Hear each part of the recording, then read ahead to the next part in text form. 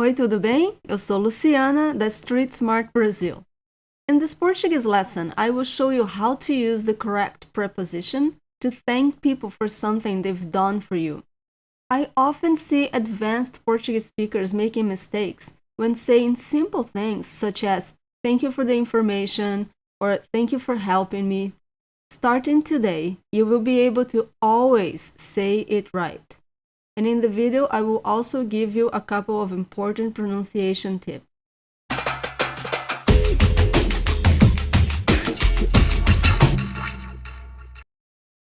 Learning how to correctly use prepositions is a challenge for every learner of Portuguese.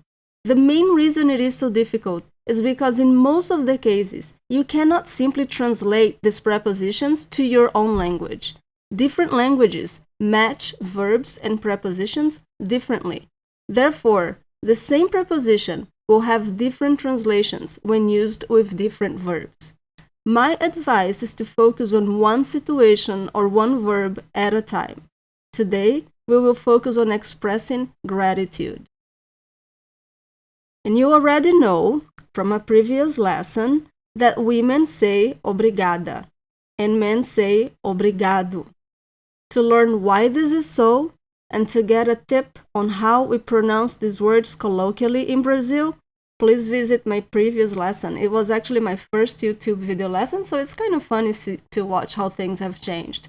So click on the obrigada or obrigado or where it says click, and you can visit our previous lesson about the word obrigado. But here I want to give you an important tip on pronunciation. I often hear people saying obrigado. See if you can tell the difference. I am Brazilian and I would say obrigada. Obrigada. But I often hear speakers of Portuguese as a second language saying obrigada, which for me, it's a different word. What I'm hearing is sheltered, because it sounds like an A in the beginning, obrigada, obrigado. So to me, completely different word. So I feel it's easier for you if you close the O a little bit. Obrigada. Obrigado, if you're a man. So just close it a little bit. The other pronunciation tip is for the final syllable, the DA or the DO. Don't make it ra, because that's not how it sounds in Portuguese. It's da, or in the masculine, do. So let's say it again. In the feminine, obrigada. In the masculine, obrigado. Okay, so should you say obrigado por or obrigado para? To thank people for something they've done for you, always say obrigado or obrigada por. The right preposition is always por. I constantly see people saying things like obrigado para me ajudar. Thank you for helping me. I want you to know that this is wrong. Using the preposition para with obrigado is always wrong. You need to use the preposition por, and you need to know how to contract it with the articles. It's easy. Let me show you how.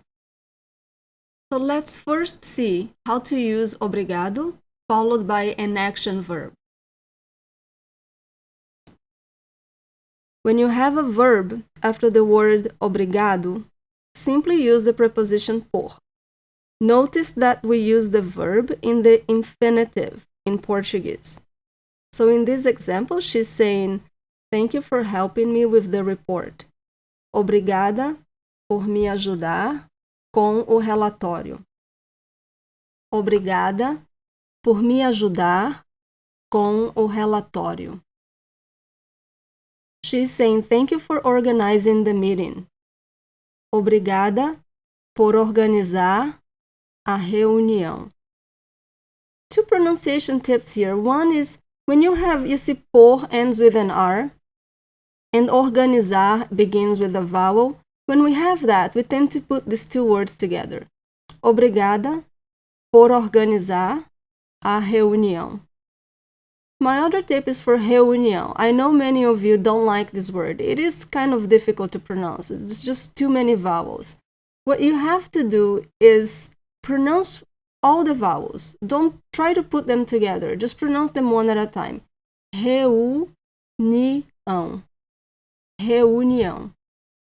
So let's put this all together and say this once again. Obrigada por organizar a reunião. Thank you for giving me a ride.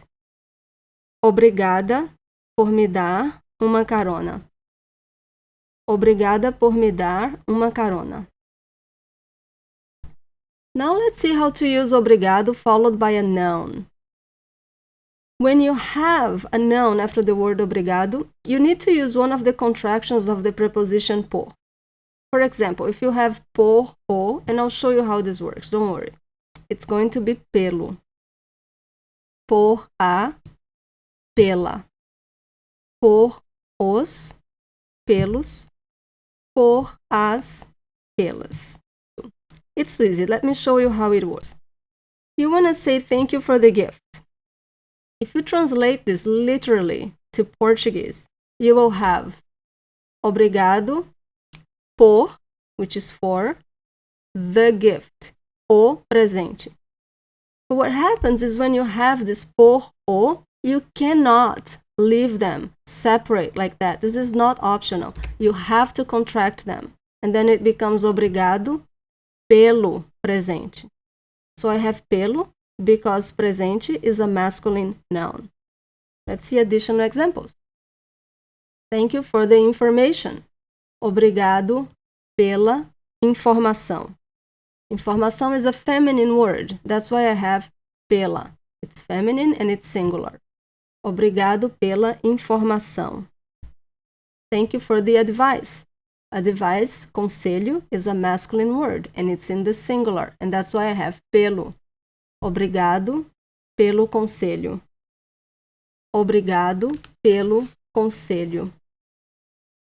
Thank you for the ride. Carona is a feminine noun and here it's in the singular, so I have pela. Obrigada pela carona. Obrigada pela carona. Thank you for the books. Here I have a masculine plural noun, livros. So I have to say pelos. Obrigado pelos livros. Obrigado pelos livros. One final example. Flores is a feminine noun and in the plural. So I have pelas. Obrigada pelas flores. Obrigada pelas flores. Muito obrigada por assistir essa aula. Thank you so much for watching this Portuguese lesson. I hope it will make you confident when thanking your Brazilian friends and coworkers.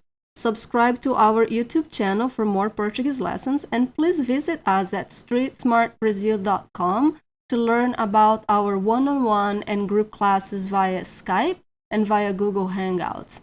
Thank you so much. Muito obrigada. Bye bye.